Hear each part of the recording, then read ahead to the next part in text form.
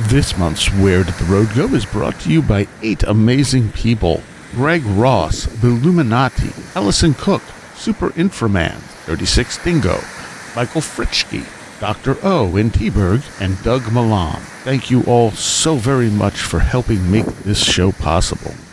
Transmission start. Welcome to Where Did the Road Go?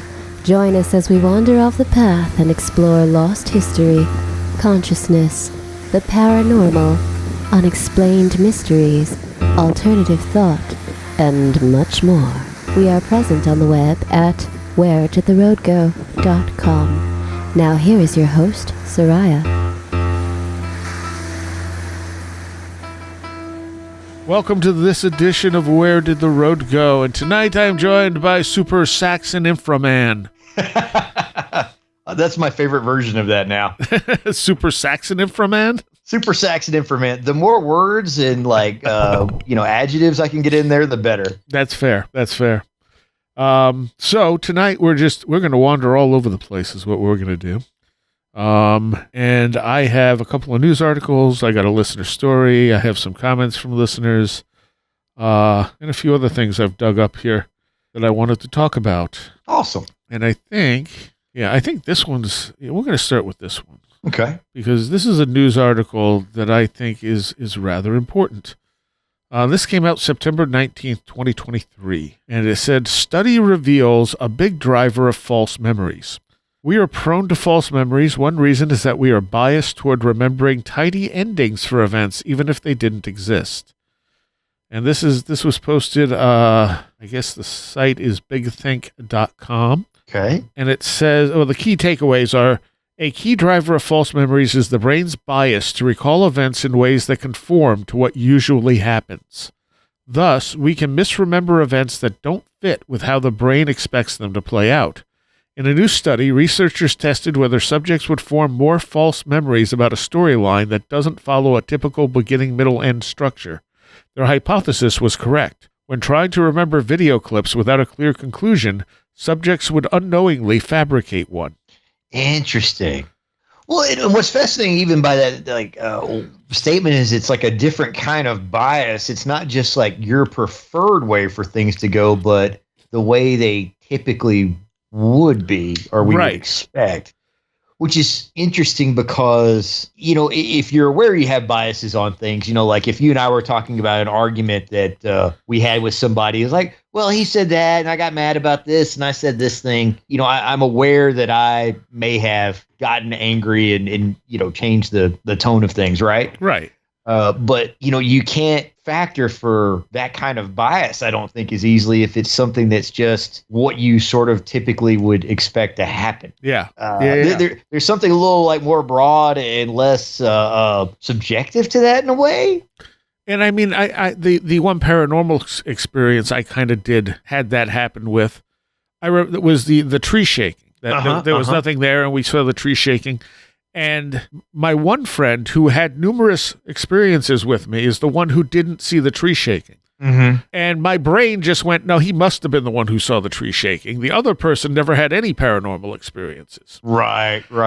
So my brain kind of corrected it. It got everything else dead on. And when I read the record of it, I was like, oh, huh. And I totally knew why my brain did that because it just made more sense. But it was wrong. Right. And yeah, exactly. And it's interesting because that's not like an emotional influence. That's just logically, this is what should have happened. Right. Or, So that's fascinating. They say false memories arise because the human brain is fundamentally a recreation engine. And I like that.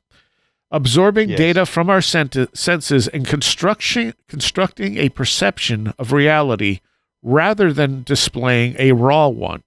This neurological assembly is ongoing, meaning our memories are untrustworthy at first and downright dubious days, weeks, months, and years down the road. Wow. A key driver of false memories is the brain's bias to recall events in a way that conform to what usually happens. Reality, after all, is predictable, so the brain attempts to predict it both to save resources and provide us with a streamlined perception. In research published in the Journal of Experimental Psychology, psychologists at the University of Sussex revealed this bias in a clever way. In 5 slightly different experiments, they showed hundreds of subjects dozens of short videos. Some videos had a coherent beginning, middle, and end, while others were cut short by a scene or two. For example, one video showed a pitcher throwing a baseball to a batter. In the full version, the batter hits the ball, and then we see the fans cheering. On the other hand, the shortened version ended as the pitch was on its way. Additionally, in one of the experiments, videos had added scenes that briefly introduced new storyline with the same characters, so the structure was beginning, middle, and beginning. In some experiments, subjects were asked to recall the clips immediately after viewing the videos, while in others, their memories were tested 1 week later. The researchers hypothesized that participants would have a harder time accurately recalling incomplete videos or videos that introduced a new storyline because they do not conform to the typical beginning, middle, end structure. The results confirmed their hypothesis. Participants who viewed videos that didn't have tidy conclusions tended to have more false memories. Those who watched incomplete videos often fabricated endings. In the baseball video, for instance, they misremembered seeing the batter swing and miss or hit the ball. On the other hand, those that watched videos and started a new scene tended to completely forget the addition. False memories were more common for subjects who watched videos without a traditional beginning, middle, and end structure, regardless of whether they were asked to call the videos immediately or 1 week later. In one experiment with delayed recall, 42.5% of subjects who viewed incomplete videos remembered details that didn't happen, while only 8.2% of subjects who viewed complete videos did. In another with immediate recall, 8.4% of the subjects who viewed the incomplete videos remembered details that didn't happen, while only 0.3% of the subjects who viewed complete videos did. These experiments highlight how people are biased to recall events as having well-defined endpoints, even when that conflicts with what they actually experienced.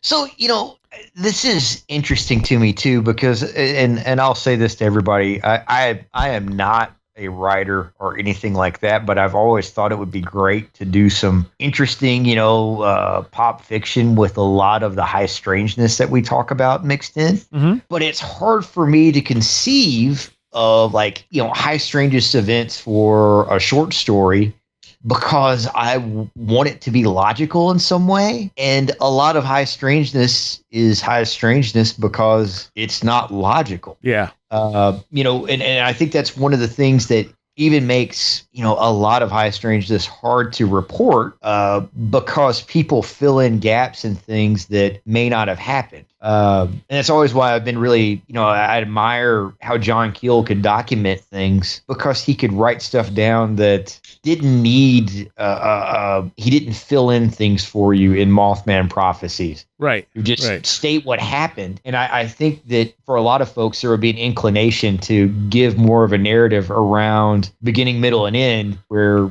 Keel did such a good job of documenting things that when he would put it in the book, it was like, this happened to Woody Derenberger, and then a whole bunch of phone calls came to my hotel room with nobody on the other end. Right. And that's it. There's no, and it made me feel this way, and then this happened. It's just like weird stuff happened. And that, I think that's what gives you that sort of creepy Oz feel to a lot of these things, because it doesn't fit the way we think. True. True. Yeah. And I have a strong belief too that our brains are meant to think in story, and that's why mythology is so important to us. And so, we're going to turn something into a story, even when it's not. So this also comes from the Big Think website. Our expectations can create false short-term memories. Okay. It says memory is not static. Instead, it is reconstructive, which I hope people understand that by now, because, for so long it was treated like our brains were computers. Yes. Which means that people actively alter the information they remember. It was thought that short-term memory is not subjected to this sort of distortion, but a series of experiments suggest that even short-term memories involving the letters of the alphabet can be distorted by prior expectations. About 90 years ago, the British psychologist Frederic Bartlett published a landmark study that permanently changed how we think about memory. Taking inspiration from Chinese whispers, aka the children's game Telephone, he asked his participants to read a Native American story called War of the Ghosts and tell it to others, each of whom was then asked to retell it to someone else. Bartlett noticed the story changed with each retelling. The story was unfamiliar to the participants, and so they adapted and embellished it in line with their own cultural knowledge. Bartlett therefore concluded that memory is reconstructive, and that people actively alter the information they remember according to their existing biases and expectations. Testing short-term memory. Short-term memory refers to the ability to retain small amounts of information for short periods of time. It is thought to have a capacity of about 7 items, which can be retained and used for about 30 seconds. This information can be transferred to long-term storage if rehearsed for longer, otherwise it is forgotten. Marte Otten of University of Amsterdam and her colleagues set out to investigate whether prior knowledge can reshape perceptions across the short time scale. In 4 experiments, participants saw displays containing small sets of real letters and mirrored pseudo letters, such as C in like a mirror C. Okay. Each display appeared for 1/4 of a second, after which a memory probe that focused their attention to a specific location was presented. They then saw a second letter display and were asked to report the letter that had appeared in the probe's location in the first display. They were also asked to assess their confidence in the answer, which is very confusing. The researchers observed a high rate of what they call memory illusions, where participants consistently reported seeing the real letter counterpart in the location of a pseudo letter. These illusions occurred even though the letters had just disappeared from their vision, and even when the participants were highly confident of their answers. Furthermore, the pseudo-to-real letter illusions occurred more frequently than real-to-pseudo-letter illusions, leading Otten and colleagues to conclude that the illusions are the result of the participants' expectations after lifelong exposure to letters of the alphabet. Interesting. The researchers explain their findings in terms of predictive coding, according to which top-down information influences our perceptions and thought processes. In other words, our perceptions don't occur in a vacuum. They are influenced by our memories. Because people have an extensive experience with the letters of the alphabet, our brains predict what we will see as real letters, not pseudo-letters, even when sensory information shows otherwise. So when we take that kind of thing and we apply it to the paranormal, right? This may be why some people see stuff and some people don't see stuff, because you're not getting the full spectrum of what's there ever. Your brain is giving you just it's a filter basically. And looking at this, you're seeing that the brain filters based on expectations. So maybe when you go to a haunted house, you're more likely to have an experience because your brain is going to interpret things as that experience. Right. Whereas when you have someone who's maybe sensitive to this stuff and someone who's not, one of them may see something and the other won't. Yeah.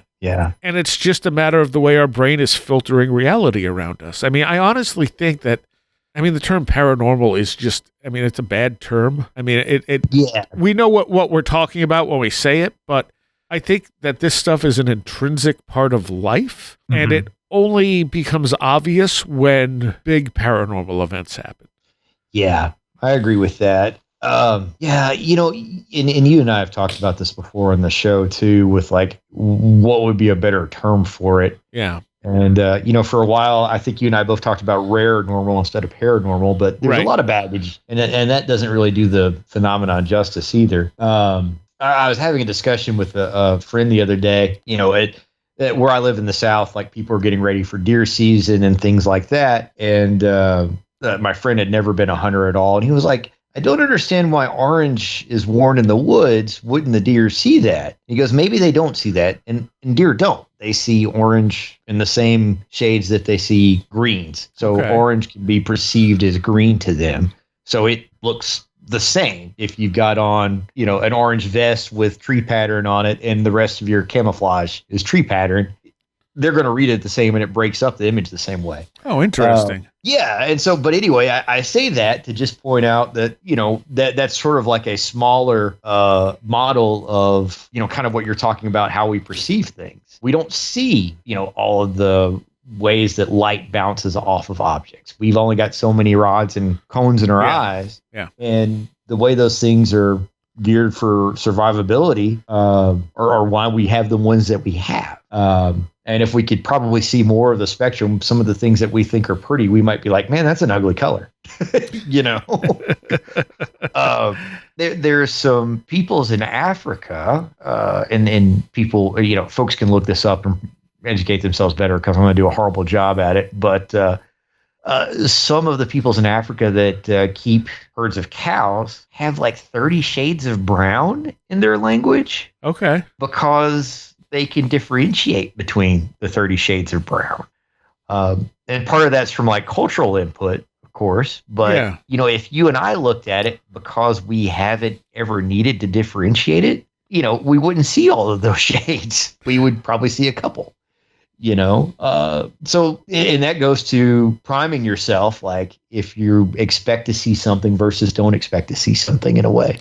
Right, exactly. And I mean, on the same token, there are people who are colorblind, or whatever, and people who could see more than a normal amount of colors. There's that average in the middle that identifies most people, but both ends of the spectrum are seeing something slightly different. And as for that Chinese whispers thing, I was listening to a talk on neurodivergency and particularly autism. And I guess they had done an experiment with autistic people doing a telephone game with and without non-autistic people. And they said that the results were, if I'm recalling this right, because I don't have it in front of me, if a non-autistic person if it was all non-autistic people, it would vary, X amount, like say 10% by the end.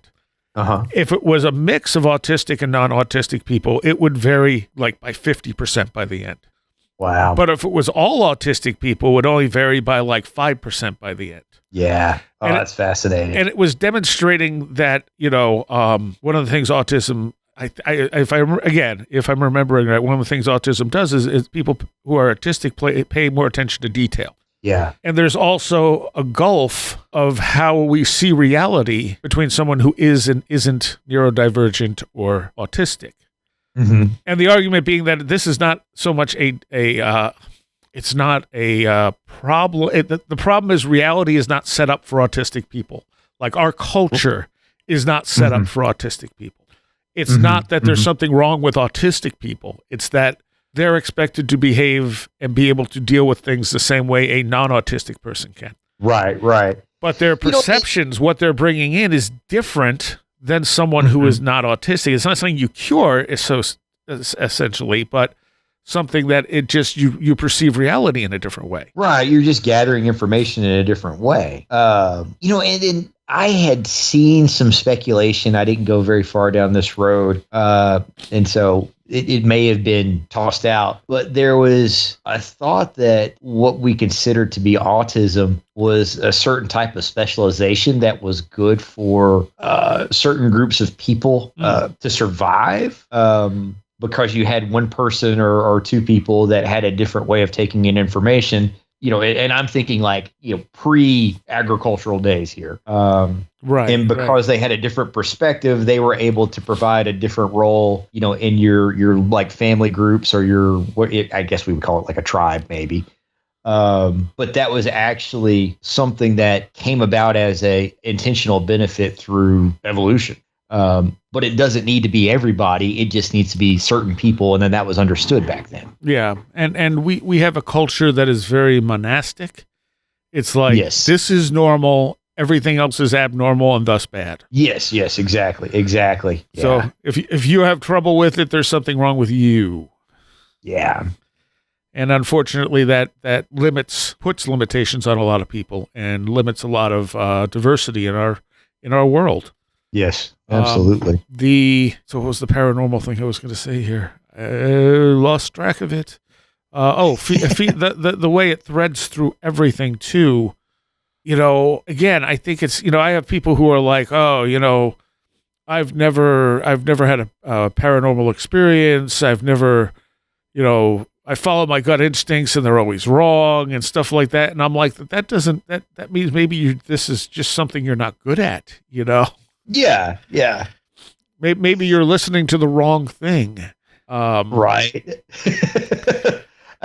I've thought about that a lot. And then, one of the things that I think is interesting too, like if you develop a trauma from something that happened, it'll override your intuition. Oh yes, absolutely. And so you'll hear, warning sirens all the time because of some type of traumatic response that would not be the same as, if you could clear that feeling out and actually get, a sense of your intuition or vibe from a situation or whatever. Yeah. And that's hard because I think all of us get traumas of different ways, but absolutely. There's a reason it's easier to do these things when you calm your mind and you relax and you breathe, because it helps declutter that stuff, at least for a little while. Yeah. So one of the things I wanted to talk about tonight, and I'm going to jump into a little bit of it right here, if I can find the note I took. So Jason Pargin's latest book from the John Dies at the End series, who Michael Frisky kindly got me a copy of. Oh, cool. Actually, Michael has sent me a ton of books that hopefully will mostly make it onto this show one way or another. He just went through my Amazon wish list and he sent me a ton of really awesome things. I saw that shelf where you had them all together. Yeah. When I was last up. And it's grown since then. And I'm just like, I want to read all of these right now. Yeah. Yeah. That was cool. That was very cool. Kudos to him, man. It's and the thing is, I still have that brain fog, and it's like from COVID, and like so sometimes I can sit down. Like I finished, I think both Mike's book and most of Mike Clelland's book and most of a Michael Marshall Smith book in one night, because for some reason I was clear-headed and could read. And then the next night I couldn't read anything. So it's back and forth. But anyway, I wanted to do a whole short show on this, but I think I'm just going to mix it into this show. So his book is called If This Book Exists, You're in the Wrong Universe. And I quoted this part. It says, "The devil is real, but he doesn't turn up with a red suit and hooves. You have to imagine him like a disease that you can get. Like a disease you can get. You pass it on and you don't even know it. Educated people don't call it the devil. They call it trauma. It rewires your brain and it tries to spread itself down to the next generation and the one after that, the pain rolling down through time." Oh, that is cool and intense. Yes. This is what I like about his stuff. And the fact that he is kind of a jerk materialist is kind of like, why? You have you have the pulse of this stuff, and we'll get to a little more of that in a bit. Because there's a few things I quoted out of there that I thought were really interesting. But that, yes, I mean, trauma is such a part of our lives, and it does pretty much affect everyone in some way, shape, or form. You don't go through life without a little bit of trauma. Yeah, absolutely. Absolutely. And, you never know how things affect people either. Yeah. I've known a friend that had panic attacks in the middle of the night throughout his entire life, because that's when his sister would play pranks on him. Oh, when he was growing up, and so it wasn't even like a horrible thing, but because of the setting and him being, an adolescent, it got wired into his brain. And that was something that he never was able to really get out of his system. Huh. But it happened at the right time to be traumatic for him, because, when you're 7 years old and somebody's playing a prank on you in the middle of the night, now you feel like there's somebody breaking into your house trying to kill you or something. Right. Yeah. And then, so yeah, that's just one of those things. He's like, yeah, that was my sister. I really appreciate that. Well, at least being able to identify it gives you at least something to work on. Yeah, absolutely. Because there's definitely been times in my life where something will set me off. I'll either get panicky about it or upset about it or something, and I'll be like, why is that upsetting me? And then it's like, and then I'll have to trace it back. And it might still, once I figure out, oh, it's because of this, and it's like, it doesn't immediately make it go away, but at least then the next time it upsets me, I go, no, it's not the same thing. Right. Yeah, it doesn't necessarily make the feeling go away, but at least you can, it helps you to act in spite of it. Right. And eventually it starts to lessen, at least with me, because I remind myself constantly, no, this is a different thing. Yeah. Go ahead. Go ahead. No, go ahead. Well, so I saw, and I wish I could remember who had said this, and it's a lot of places, I think, but it was pointing out that often intuition is quiet and trauma is loud. Oh, that's a good way of putting it. Yeah, and I was like, oh, okay, that's helpful. Yeah, no, that's good. Okay, so I wanted to get to this listener story. I have literally one listener story. People are like, oh, why don't you do a listener stories episode? Well, only one person sent me one we haven't dealt with yet. So if you have a story that you want us to read on the air, stories@wheredidtheroadgo.com is the place to send them. I do have a few people who are going to come on to talk about their stories, but as far as just, reading stories and talking about them, I literally have this one right here. And this is from Catherine. And she says, this happened on the 5th of July, 2023. I live in A-N-A-A, oh boy, I can't even spell what I'm reading. A-N-A-U, Southland, New Zealand. I got home from work around 9 p.m. I let my dog outside the front door around 9:30 and through another door to the right of our front door that goes out to the backyard. I read that wrong. Let me try that again. I let my dog outside the front door around 9:30 and then let the dog out through another door to the right of our front door that goes into the backyard. Okay. As I opened the door to the backyard, I looked across the road, and for no other reason than I always look down the driveway in the night in hopes that I don't see a person lurking around out there. Yeah. I saw a very unusual light in the sky for about 4 or 5 meters. I saw a very unusual light in the sky about 4 or 5 meters above the house across the road. The house across the road is just an average distance away from my house in a suburban neighborhood. I call it a light, but I really don't think it was a light. I don't know what it was. It reminded me perhaps of a big piece of metal that was crushed into a roundish shape, and parts of it were hot enough to be red hot, and other parts were not. It was kind of jagged around the edges. I noted triangular and other unrecognizable shapes. I say crushed metal because that is the only thing that came to mind that could get red hot. There was no obvious shape and it was not moving. I saw it for maybe 5 seconds at the very most, and then it was gone. It didn't shoot away and it didn't gradually vanish. It was just not there anymore. The night was clear and I could see the stars. I kept looking out the window hoping to see it again, but I didn't. And then she says, I listened to your July 8th show where Suzanne talked about the orange thing in the sky, and I couldn't believe it because it sounds very much like what I saw. I just could not get a clear picture in my mind of what it was I saw because it was only a few seconds. Yeah. So, I was wondering, I can't remember how Suzanne described that, but was it kind of like, my image in my head was this looked like a fractal. Yeah, I don't remember. I don't remember off the top of my head. I was thinking fireball, but maybe not. Well, and fireball makes sense too if you're talking about something red hot. I was trying to account for like the crumpled thing in my head, and I was like, I wonder if that could be fractally. Oh yeah, this one. I'm Suzanne's the one. I'm not sure. I see. Like hers, I thought was a fireball, but it's been a couple of months since she's been on talking about it. Yeah, I think it was a fireball. Now that you mention it, Seriah. But clearly, however she described it, clicked here. Yeah. And I suppose if you had like undulating plasma or something like that, yes. that would actually, yes, that is a very good point. Plasma can very much look like hot metal. And it can assume weird forms. Yeah. But that doesn't tell you why it's there. And it's definitely preferable to a strange person standing in your driveway.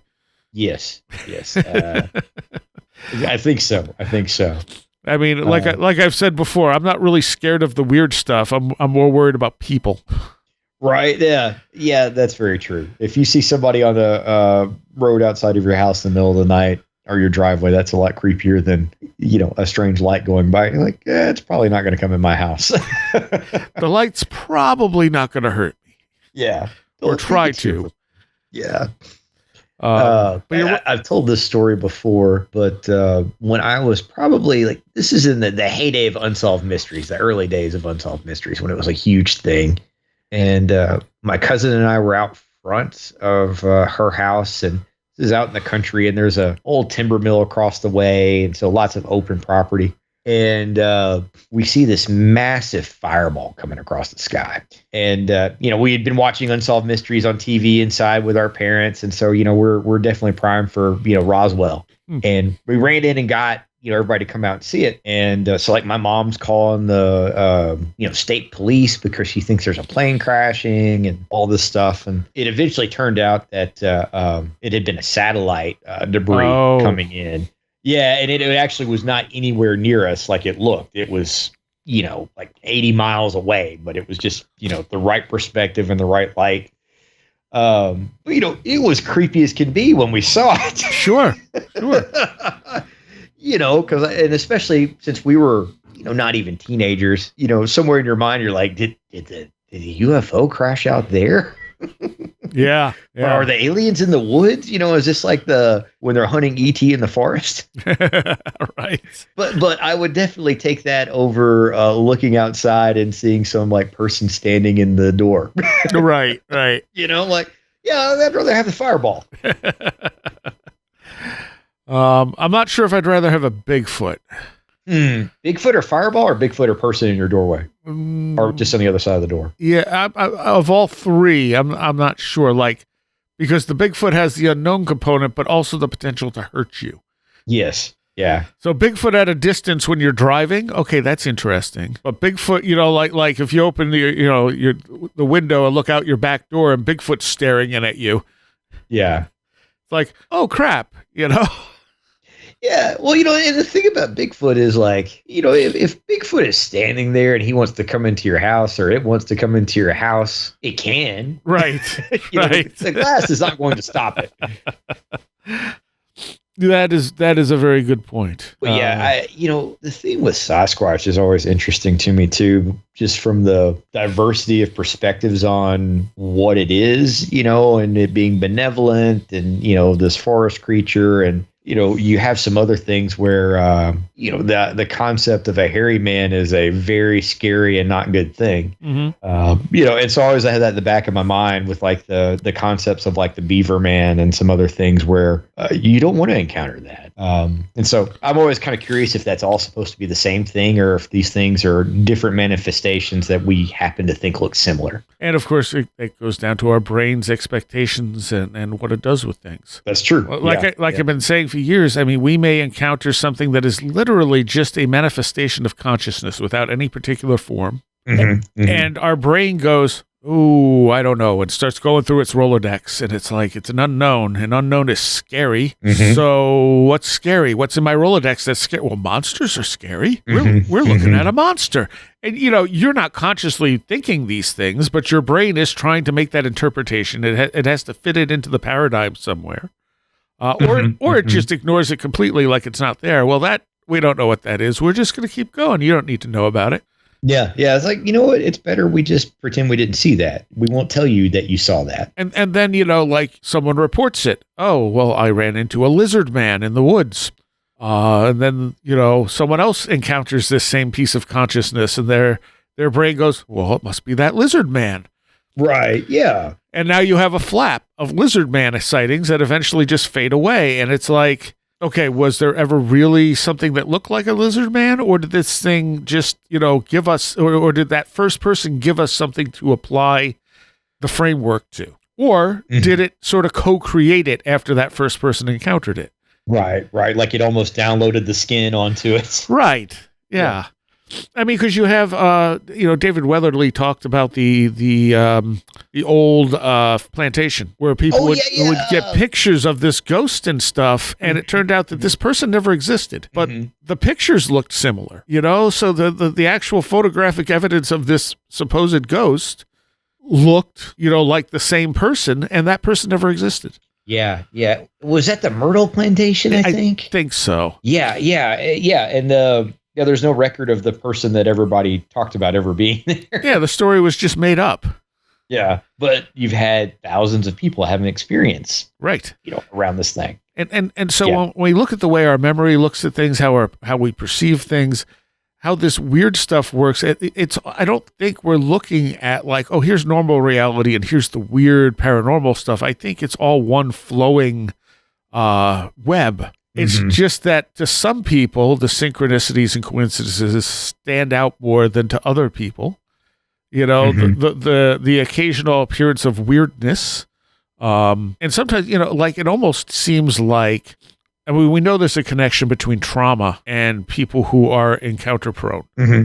So to me, I almost wonder if that's why they're encounter, like this stuff is meant to almost try and help them in a way.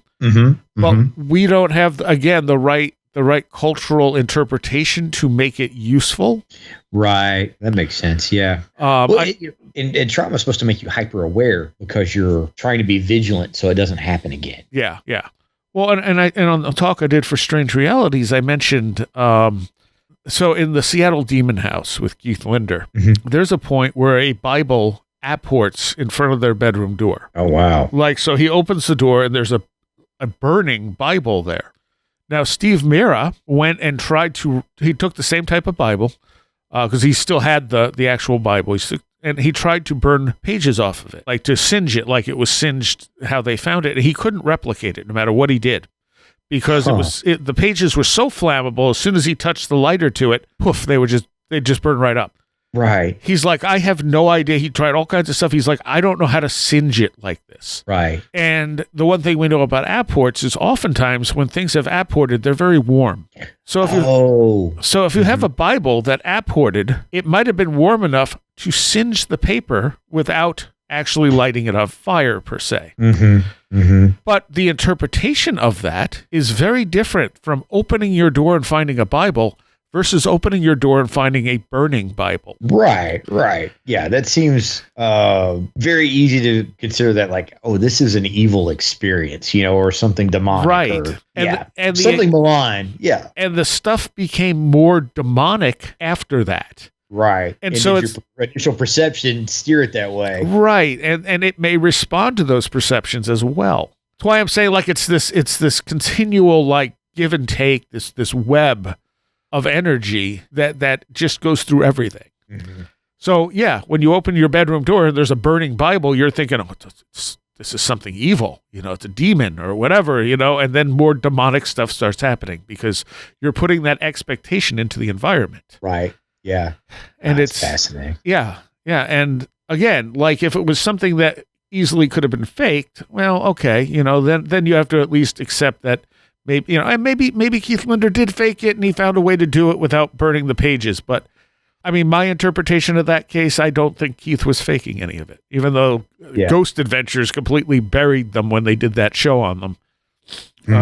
But talking to Steve Mira, who is a very good investigator, I mean, they were there like a week or maybe more than a week and got all kinds of weird stuff, which pretty much validated that there was something going on there and Keith was not making this stuff up. And I didn't get a vibe from Keith either when he was on the show that any of this stuff was, that he was lying about any of it. Right. There were no red flags. So yeah, what's interesting with imagery like that too is even if you didn't have a background in that religion, it would still give you that same kind of terrified vibe, right? Oh yeah, vibe, right? Like, if a text from an Eastern religion showed up outside of my door, singed like that, my immediate thought would be like, oh, I've messed up. Something's not happy with me here. And I wouldn't even taken the time to think about apports are typically warm and how that might affect, something that was paper, very was thin. Fragile or susceptible. Yeah, exactly. Because if it wasn't singed and it appeared outside my door, I'd be like, oh, somebody wants me to read this, or right. It's important to somebody that was here. And that's the other thing with like apports and stuff is that we don't know if it's our unconscious doing this stuff. Are we creating these apports? In some cases, it seems like we are. Or is there another entity involved? And it may be both. And both is always a possibility. I mean, I definitely vote for both. Either using the energy of the environment or us, but we're definitely playing a part in all this stuff. Exactly. Now, so I read this clip when I was talking to Marty Garza. I think it was on the Patreon segment though, so I wanted to get this out on the main show. So I finished Michael Marshall Smith's book, Bad Things, and I highly recommend it. Michael Marshall Smith at this point is my favorite author. He has outpaced Dan Simmons and Pargin. His stuff is just... What was that? Oh, I was actually going to ask where you're going with this, like what your favorite works of his are, but you're taking us there now. Well, so everything I've read from him has been great. The first book he wrote, Only Forwards, was good, but it was also his first novel. Everything else, the Strawman series, the Anomaly series, which he writes under Michael Rutger, just phenomenal. And he's been on the show twice to talk about this stuff, even though he seems like he's kind of agnostic about it, maybe leaning toward, not necessarily believing in it. He definitely has like the pulse of it. Mm-hmm. Mm-hmm. And so when we were talking about I talked about this on my Strange Realities talk as well. When we were up at the Gettysburg Bridge, Tim and I, there's a recording that when Tim and Chad were there at one point in Gettysburg, this bridge came alive when they were leaving. And the last thing was a bang that was, they said in person, sounded like a gunshot. It was so loud. Oh, but wow. on the recording, it's just a quiet little thunk. Oh, wow. So while I was there, I stomped on the bridge. And then we listened back to it later, and it sounded like I stomped on the bridge.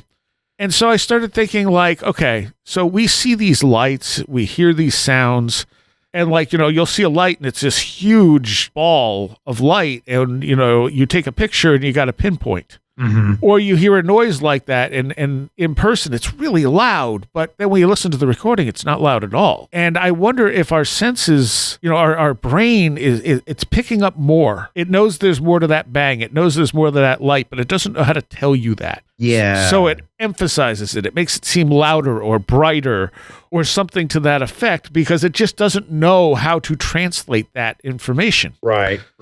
So in Bad Things, which is the book I just read from Michael Marshall Smith, and again, I recommend it.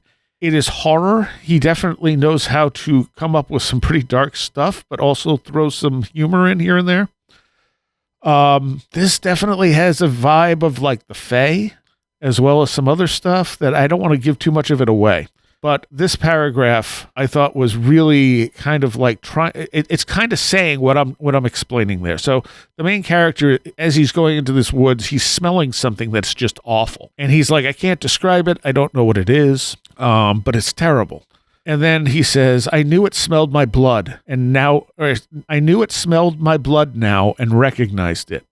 And I understood that what I had perceived as a smell, I perceived that way only because my senses did not know what else to do with their shocked knowledge of this creature's presence, because it was a thing I could not see or touch, and that it was always beyond hitting or fighting or pushing away, so I didn't try. Oh, that is cool. So, I read that, and I thought, that right there, that's your brain going, I don't know what this is, it just smells bad. Mm-hmm. Mm-hmm. Like, how do we give you some sense that this is around because we perceive it, but it's not in any physical way that you could typically interact with it? Right. And the knowledge that it smells my blood is, yeah. Yeah, well, there's a lot more to that, obviously. Yeah. But his stuff for me is very hard to put down. It's one of those, I'm really tired, I don't think I can read anymore. Well, the next chapter is only 5 pages.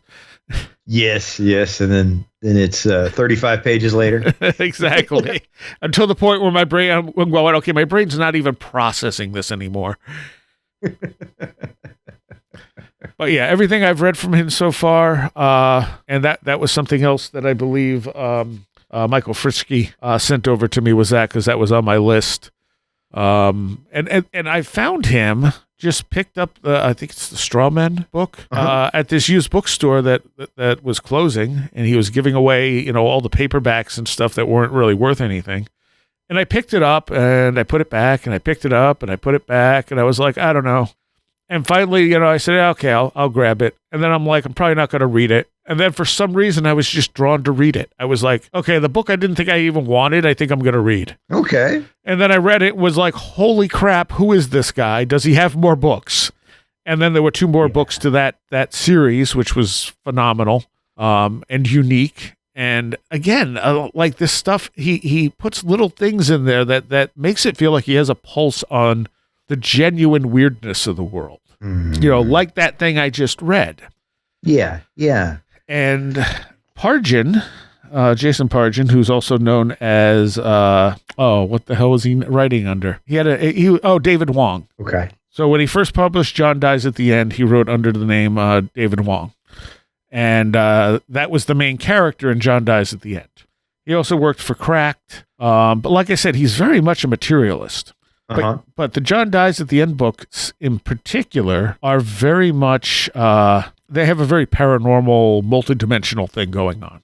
Yeah. Along with some crude humor. I don't know why he likes to include the crude humor in there. That part's not my favorite. But other than that, so like in this book, I took a couple quotes out of this that, again, why that I just felt had some depth to it, like that other one about the devil being real. Right. Yeah. Yeah. So in this case, they're talking about these things that John can see and the main character, David, can see, but not everyone could see it. And they're talking about David's girlfriend, whose name I'm forgetting. And it says, if given enough time, she probably could also see them. It was a skill one could acquire with practice, the way mechanics can tell what repairs your car needs just by looking at how expensive your shoes are. Seeing these entities had nothing to do with the anatomy of the human eye and everything to do with how the mind chooses to store memories. You might see it, but you won't remember seeing it even while you're actively looking at it. If you find that hard to grasp, keep in mind that you've forgotten 99.99% of your life up to this point. Can you remember the face of a single cashier you've ever interacted with?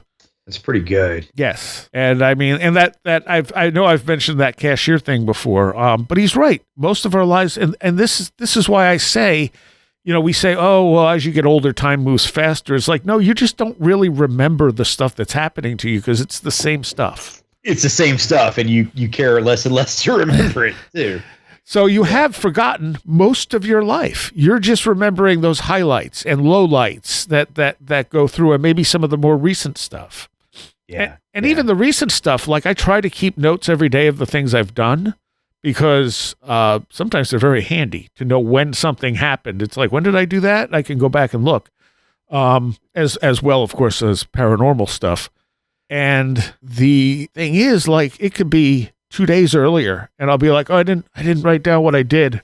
And I'll just like go, I have no idea what I did that day. Like this. Yes, I understand that. Like I did stuff, I'm sure, but like I have no specific memories of it. But again, this is why I think we feel life goes fast. So when I go and like look at all this stuff, it's like, wow, there's a lot here that just doesn't really commit to memory because it's not important. Yeah, yeah. Oh, I mean, Seriah, I live in a perpetual state of things that happened the other day. Yes. Because I didn't document when they were going on, and the other day could be 3 days ago. It could be 6 months ago. It's just the other day. But back to your point about being like plugged into this, like I almost feel like you would have to like be doing the research and things to even hit on these concepts. Yeah. Yeah. But the other end of that is, this is something that Chris has talked about a lot.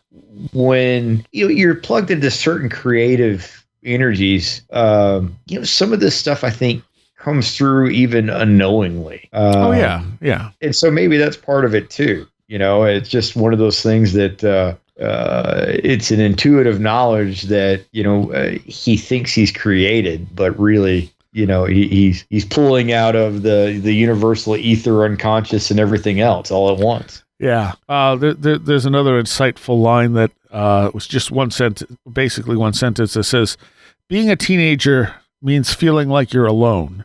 Getting older means realizing you never were. Interesting. Yeah. I really liked that. I do too. Because that's the thing. As a teenager, you're feeling like, oh, no one understands. But then as you get older, you start realizing, oh, everyone kind of feels that way. Yeah. Everybody's dealing with that, unfortunately. Yeah. So at the end of his book, so I'm going to go back to the previous book, which was, I'm forgetting. It's a novel of cosmic horror. I can't remember the first part of it. But anyway, he says, some of my fan mail from readers who do not believe these books are entirely fictional, seeking advice because they themselves see or hear strange things others cannot. To them, I want to make it clear that I have never encountered the supernatural, and I do not expect to in this lifetime. The creatures that roam these pages are either from my imagination or from the long tradition of horror tales humans have been telling each other over campfires since the advent of the written word. I believe that anyone can see a ghost, a monster, or a shadow person under the right circumstances. The brain is an imperfect organ and it misfires from time to time. If, however, you see unnatural things that frighten you or interfere with your life, I would urge you to see a doctor. We know as a matter of scientific fact that the entities that stalk you are almost certainly the result of a treatable condition. Your doctor will not mock you or demand you be restrained or banished to an island of misfits. You will not be their first such patient, and in fact, they've probably seen your situation enough that they don't even find it particularly interesting anymore. About 1 in 20 adults say they've had at least one hallucination, and that's just the ones who will admit it. It's nothing to be ashamed of. Often the greatest difficulty faced by people suffering from mental illness and society's inexcusable ignorance of the subject. So there's a lot to unpack there. There is, yeah.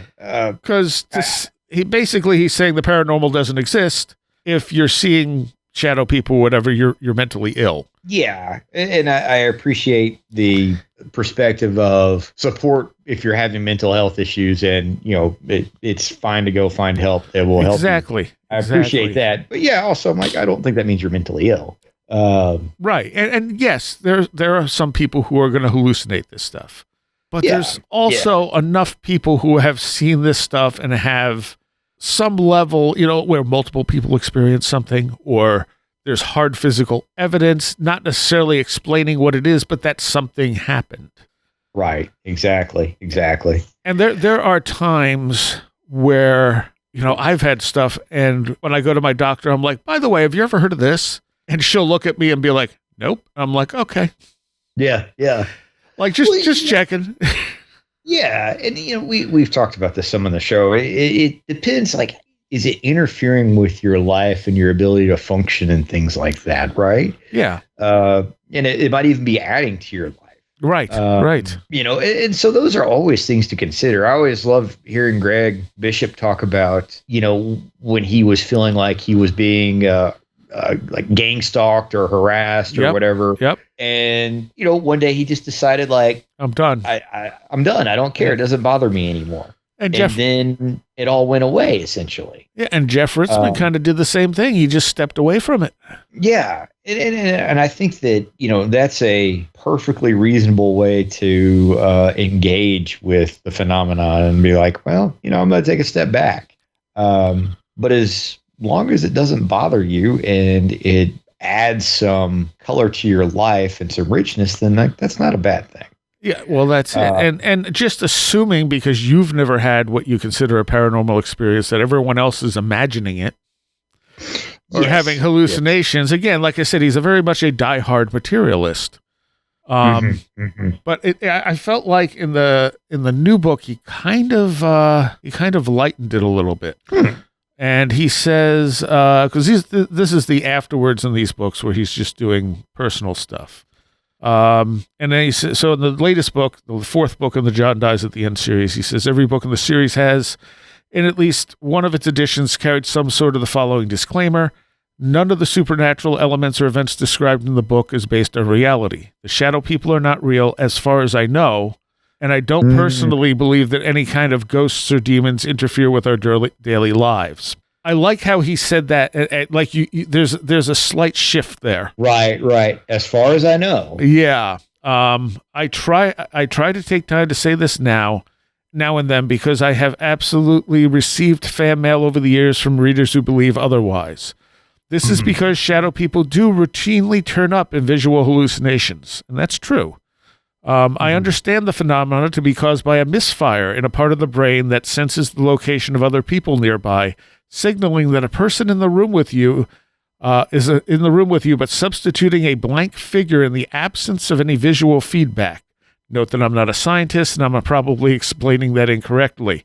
Others have seen similar shadowy figures during episodes of a well-known phenomenon called sleep paralysis, also true, in which a person wakes up enough to be conscious and aware, but not quite enough to stop dreaming. It's always good to keep in mind that just because lots of people have seen a thing doesn't mean it necessarily exists. We're all experiencing a world through similarly flawed brains and sense organs. Yes. So again, there's a slight shift in his attitude between the previous books and this one, where he's being a little more less of an a-hole about it, I guess. Yeah. He says, If you are experiencing any kind of unnatural phenomena that is causing you distress or interfering with your life, please talk to your doctor. It is objectively far more likely a misfire in your senses than a real malicious entity determined to torment you. If you truly believe your home is haunted, well, to my knowledge, history has not recorded a single death, injury, or illness at the hands of a ghost, so it may be one of those problems you just have to learn to manage. Mm-hmm. And I'm like, okay, so the other book is What the Hell Did I Just Read? A novel of cosmic horror. But, so there's he's leaving a little room in the latest book for, these things could be real. They're probably not, but they could be. Right. And he's not wrong in some of that. That's interesting. I hadn't heard the thing about the sensing someone in the room and not seeing them, but I've seen shadow people dead on. Yeah. And so have other people. And I've been in situations where other people have seen the same shadow people right in front of us. Mm-hmm. Mm-hmm. So it's not a misfire of synapses or something like that. But there are definitely times where I could say, yeah, I don't know what that was. Yeah, exactly. Like one of the favorite stories people have that I tell, I know Josh really loved it, was what we coined the evil corn monkey. Oh, where I was walking along the field and there was a really oppressive feeling. And as I turned, I saw what looked to be like this distorted, grotesque monkey walk out of the field. And then it just disappeared. And I went, okay, it sent chills through me. It hit that fight or flight instinct was about to kick in, and then it disappeared. And I went, there's a breeze. The corn stalks are moving. It very well could have just been matrixing. Yeah. Because I also had that oppressive feeling in that area. So maybe it was something. Maybe there was something there, and that's what my brain interpreted it as. Or maybe because of the oppressive feeling, my brain just invented something out of those moving corn stalks in the dark. So there are things in my life where, I don't know if there was anything actually there. Like, I always leaned away from it, saying that there was anything there. But when I read, when I was working on the book, my autobiography on this, and I read that stuff, I was like, oh, it definitely had more of an impact than I realized. Interesting. And again, but real and not real, it still affects people. It does. And, Josh, and, I talked about this more than once where, you'll have some folks, it's a comment that I appreciate. And then Josh pointed out to me that it also can be condescending. We were talking about that Sasquatch documentary about the drug trade in California and the people that went missing there. And, and the local story was that Sasquatch had killed them, but it was actually probably a gang killing. And the guy that reported on all of it and covered it at the end says, I think they saw something. That kind of thing. Yeah. And I was like, I see what he means, when Josh is saying, that kind of comes across as really condescending. And I was like, okay, yeah, you're right. Yep. But I also find myself doing it still where, I'm like, whatever happened, it affected this person. And, you have to treat that with it deserves to be treated with empathy because something happened to them. Yes. And as somebody who has had weird stuff happen to them regularly their, my whole life, then, I'm like, yeah, weird things happen. Exactly. We got to take a quick break. We'll be right back. Quick mid-show break here. Contact info first and then a recommendation. You can check out everything Where Did the Road Go related at wheredidtheroadgo.com. That includes all the contact info, mailing address, emails, everything, all our social media, and an archive going all the way back to the first show. So everything is up there. If you want to find any of it, that's where to go, wheredidtheroadgo.com. You can also become a patron or give us a donation. My Amazon wish list is up there, all kinds of stuff. So there's plenty to look through. It's also searchable, so if there's something you're looking for, there is a search bar that will help you find it. Also, if you are into heavy music, I also host The Last Exit for the Lost every week, and that is at www.thelastexit.org. Again, there's a huge archive there of shows. It's a 6.5-hour heavy music show. It's not just a metal show, but there's other heavy music involved. as well as movie reviews and other fun stuff mixed in. Band interviews, live band performances, a lot of exclusive stuff you will not find anywhere else. So if you're into heavy stuff, check us out. The Last Exit for the Lost, www.thelastexit.org. All right, as for a recommendation, I'm going to go with a movie I watched this week called The Creator. And it was done by the guy who did Rogue One, which I also really liked. That's kind of my favorite Star Wars movie at this point. It's about AI, and I don't want to give too much of it away. It's a fairly lengthy movie. It's very, very well done. For some reason, people were comparing it to Independence Day, which it's not anything like Independence Day. It's kind of like AI gets to a point where we have AI living among us. They're distinctive. They more or less look like people, but it asks a lot of very good questions about what consciousness is, whether things like that can be sentient, etc. Westworld did a good job of this as well. But in this, we have gone to war with New Asia because AI nukes LA, and AI on our side nukes LA. And so we have decided that AI is bad. It must be eliminated, whereas New China continues to integrate with AI, and we go to war with them. It's a really good movie. I wasn't sure what to expect going in. And it's not even necessarily like, wow, this story is so perfect or anything like that. It's the way it addresses some of these questions that I liked so much. There's a few things that seem like, oh, that could have been done better or whatever, but the special effects are fantastic. The war scenes are very jarring. It's a really good movie, so check it out. It's called The Creator. All right, back to Where Did the Road Go? So I'm here with Super Saxon Inframan. Hello. And we're talking about, I guess, reality and perception and the paranormal. Yeah. And you have that imaginal sort of thing too, where which is Patrick Harper's whole thing. That there exists this dimension of things that aren't entirely real, but aren't entirely imagination. So they're imaginal. They're in between, and that's where a lot of this stuff seems to reside. And when we're talking about, like, you were saying, saying it's kind of condescending when someone says, well, I believe they think they saw something or something like that. Right. I always assume that people did see something. Now, the cause of what they saw, I don't know. Someone might be, well, I saw space aliens. Okay, well, maybe you did. But, maybe you did, yeah. You can't prove that. I don't necessarily agree with the interpretation, I guess is what I'm trying to say. But it's their interpretation, and they can interpret it however they want, however they need to. And I could be completely wrong. I try just not to overinterpret the stuff because I think it puts limitations on it. Right, yeah. So you see something in the sky that moves, and you think, ooh, spaceship, but it's like, I'll say, ooh, nope, that's a thing in the sky that moved that shouldn't have been there. Yeah. And I'll leave it at that. Like the tree shaking thing, I had people say, well, it was an invisible Bigfoot. And I get where that's coming from. I get where that's coming from more now than I did when it was initially suggested. But I would never label it that because I don't know what it was. Right. And the minute I start looking at it as a singular thing, I may miss connections elsewhere. Right. So the thing is, when Pargin is talking about some of these things, like sleep paralysis, what was his name? Louis, I can't remember his name now.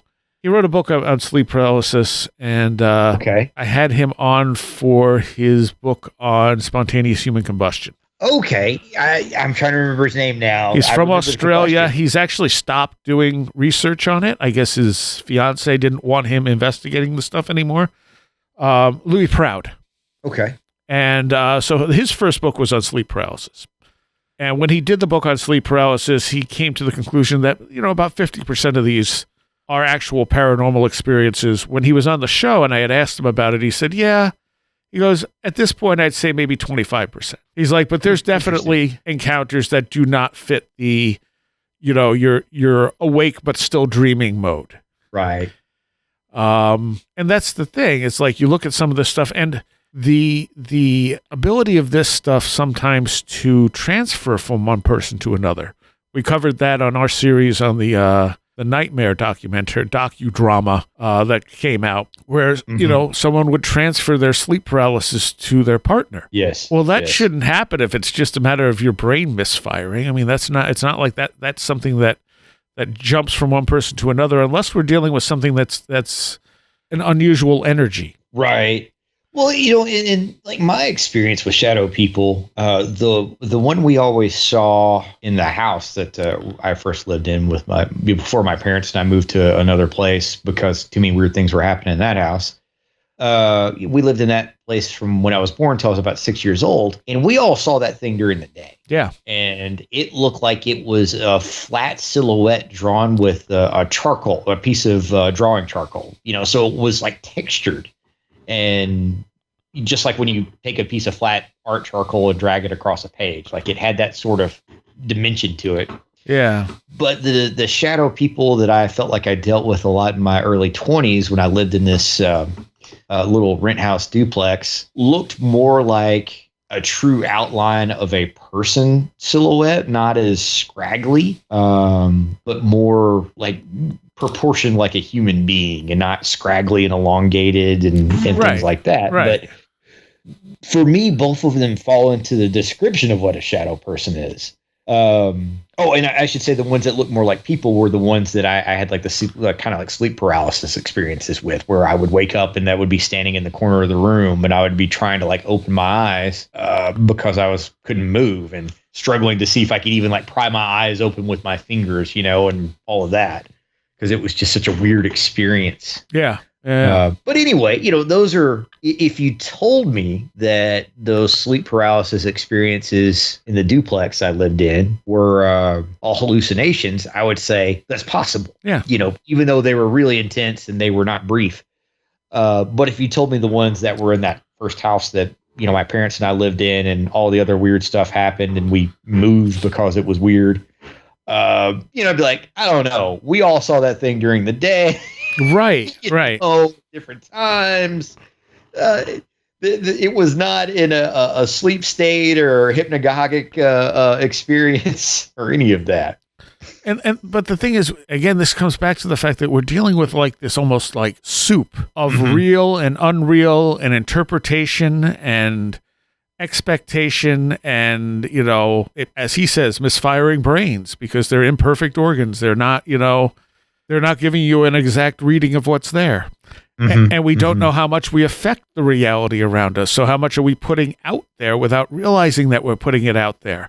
And how much of it is independent of us and an actual other trying to in some way interact with us. And it all blends together. There's no like strict lines or barriers or borders. And a lot of these things, some of it's probably hallucination. Some of it's probably hypnagogia, it's hypnagogia, and I forget what the other one is.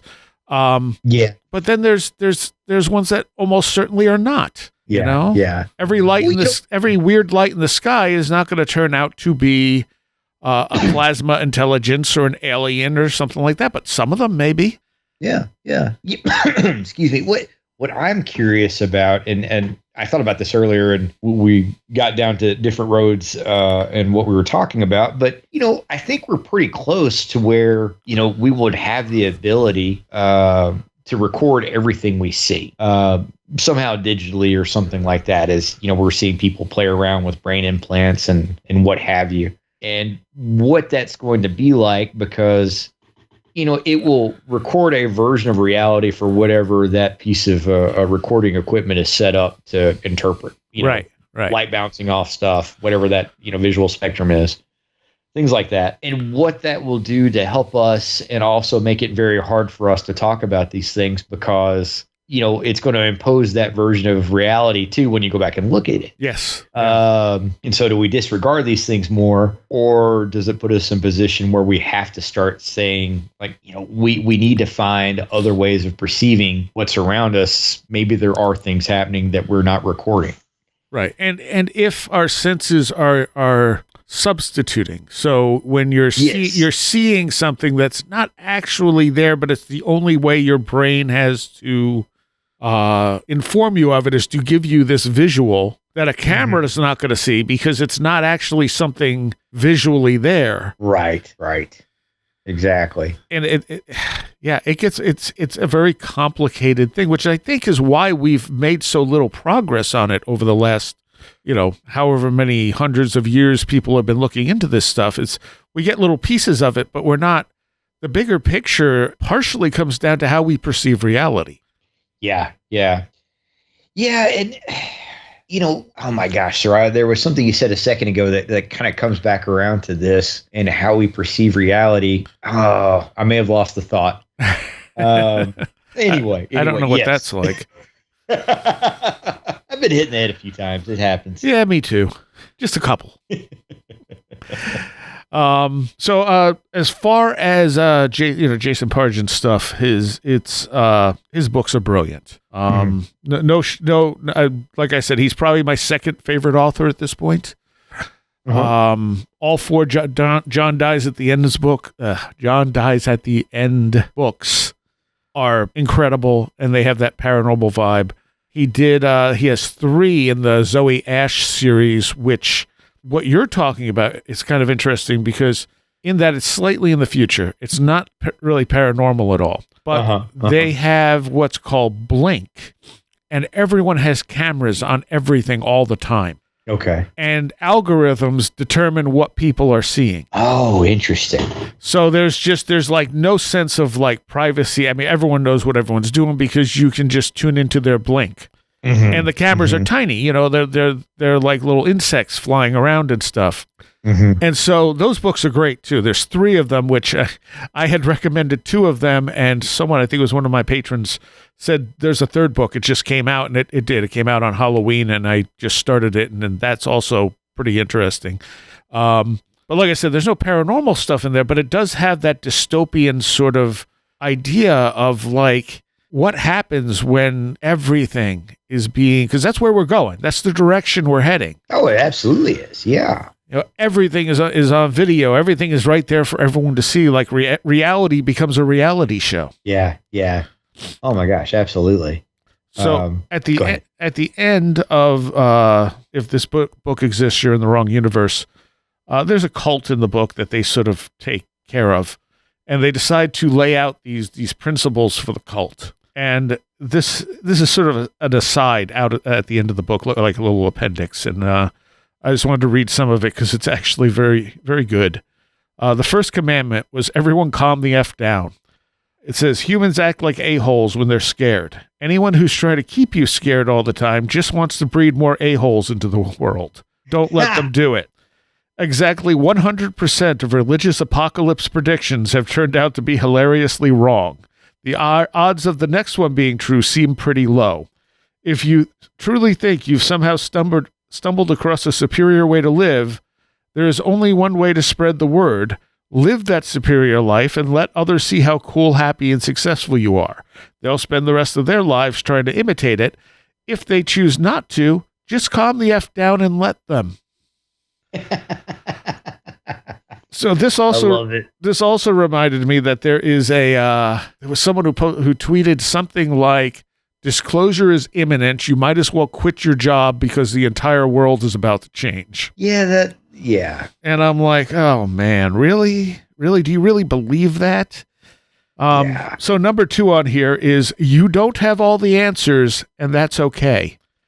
Every human believes in some kind of simplified grand theory of everything that explains existence. The problem is that there are multiple competing theories. In fact, there are about 7 billion of them, one for every human on Earth.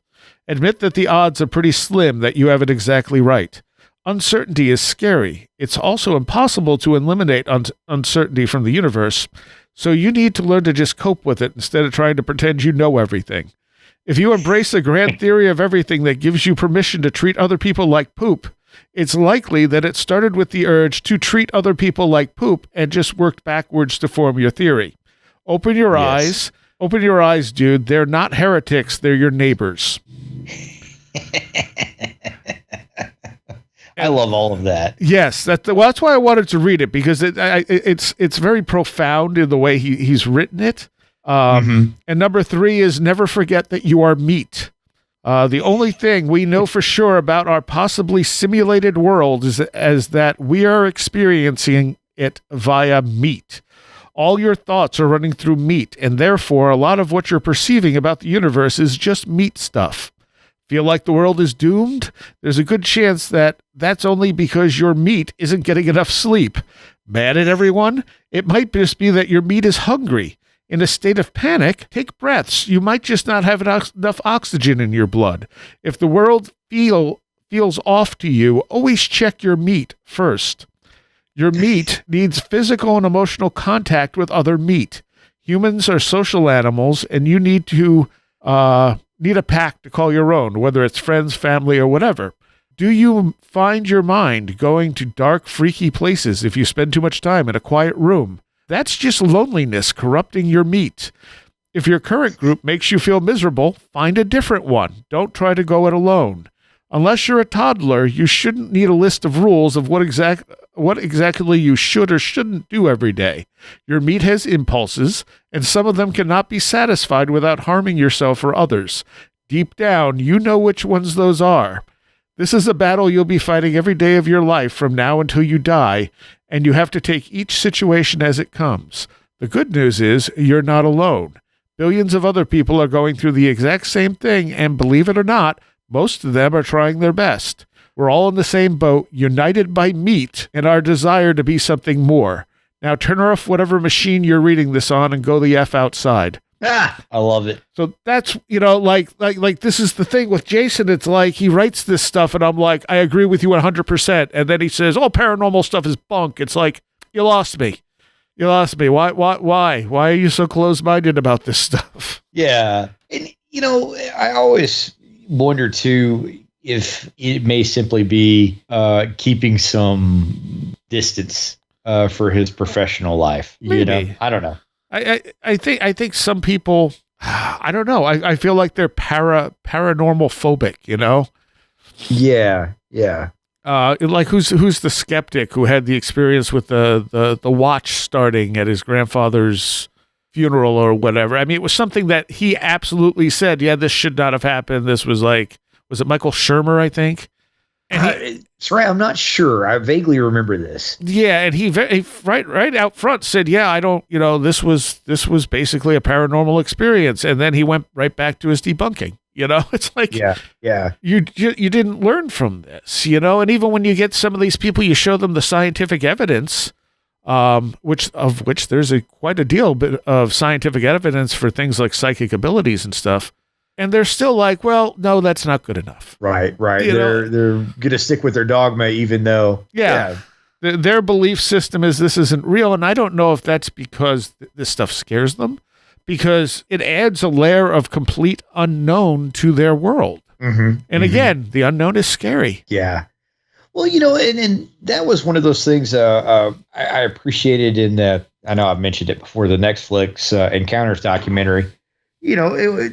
News brought up in there that maybe we don't talk about these things because we're just afraid to deal with them, and it makes life way too complex. So we just choose not to. Yeah, and that's it. We also have enough stuff going on in our lives that's stressful, and some people just they don't want that added. What if there are spirits around us all the time? What if there's this other trying to communicate with us? Well, I can't pay my bills, so I don't care, Right. Exactly. And that's understandable, Yeah. Well, and when I read that tweet about the guy saying you should quit your job because disclosure is imminent. Yeah. It to me, that's, you've seen this from obviously religions. You've seen, I think was it Ramtha that like predicted the end of the world and had everyone go to her ranch or whatever and give over all their worldly belongings because the world was going to end and then it didn't, Yes. And you have, UFO cults who have, killed them, like what is it, the Heaven's Gate cult who killed themselves because there was a UFO coming on the comet. None of this stuff ever like he said in that thing, 100% of these predictions have been wrong. Never come true. Yeah. I mean, to think that there's going to be UFO disclosure and it's going to, that world's not going to be able to function like it did. It's delusional, to say the least. I think so. The truth of it is, disclosure happens tomorrow. We find out there's 0 point energy. Oh, they're not going to let us have it. Right. Exactly. I don't mean they as in extraterrestrials. I mean the governments and businesses of the world. They're going to find a way to make sure that it costs more for us than gasoline and other ways of power production. The economy is not going to collapse because it's manipulated and, right. We're forced into these areas. So, yeah, it's a cool thought. But, I think we have to be a little bit more realistic about it would not be that type of impact. No. Because they wouldn't let it be that way. And even if it was, we have the bodies of extraterrestrials in their ships. First of all, there'd be a whole bunch of people who didn't believe them because, the government always lies. So why would you believe them? Except for the people who want them to say that, in which case now those people are totally going to believe what they say. Yeah. And go ahead, right? And I was going to say, and what level of evidence is going to convince some people? Right. Well, and we're wired now to, if certain people believe something, to automatically, disagree with that. Yeah. Yeah. So, it would be a mess, and it would be obnoxious, probably, and ruin the joy of it. Yeah. So I don't know. It's just the same. It's the same thing again. That's the thing. And I saw that, and I was just it just bugged me because it's like, come on, man. And there's so much more interesting stuff to talk about than whether the government's going to give us disclosure. And it would probably be energy related, not alien related, if some kind of disclosure came out. But it's also they keep working on pills for immortality, basically, And it's like, we may achieve immortality within our lifetime. It's like, cool, but it won't be for us. It'll just be for the ultra rich. Right. Exactly. So in fact, I saw an article 2 weeks ago about, they reverse the aging process in mice. Yes. Oh, yeah. And it's like, I'm like, great. We can't afford it. Right. Exactly. I'm pretty sure that won't be covered by your health care plan. Yeah, exactly. My insurance doesn't cover that. But if you're a millionaire, hey, you can continue to ruin the world for that much longer. Yes. But maybe you'll care a little more about the future because you may actually experience it. We got to do something about all this damage we've done. Right. Or you may just have so much money in when you live that long too, that you're, you'll just go somewhere else. That's true. That is very true. Leave you guys to deal with it. See y'all later. All right. We are out of time, but I think I think this was a very good wandering of the road. Yeah, this was a ton of fun. So thank you, Saxon. Always glad to do it. And if people want to hunt you down and find you, you can always tag me on the Discord, and then I lurk around Instagram fairly often. I'm on there under SuperInfraSaxonMan. All right, awesome. Where Did the Road Go is brought to you by our Patreons. And I'm going to give a shout out to all my Patreons right here because you really do help make this possible.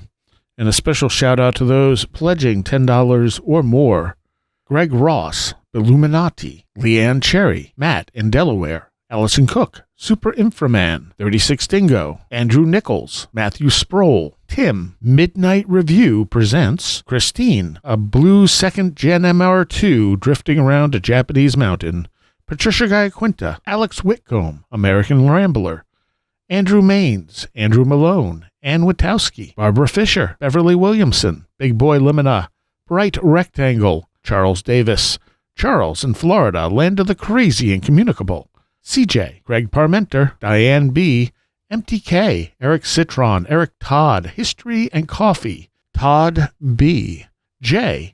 Otto Bullet, Jack Huntington, James Lindsay, Jim and Sophie, John Mattingly, John Bracken, Carla Mahoney, Kevin Schreck, Cool Kitty, Kristen L., Laser Printer Jam, Lauren McLean, Linda, Linz Jackson K., MJ Armstrong, Mark Brady, Mr. Weird, Oli Andre Olar, Paul Jeffries, Philosopher of Mirrors, Riker and Stark, Ron Dupre, Sam Sharon, Schmooples, Devourer of Mortal Souls, Stacy Sherwood, Stevie Norman, Strange Stories with the Seeker and the Skeptic podcast, Tactical Therapist, Taylor Bell, Thunderboy, Tyler Glimstead, Varosh K, Vincent Trewell, Will Gebhard, Will Powell, Ren Collier, Annabelle Smith, Caroline Walker, TDT Skunkworks, and Craig Sagastumi. Thank you all so very, very much. We do an extra Patreon segment as well after this conversation. So if you enjoyed what we were talking about, we continue it for Patreons.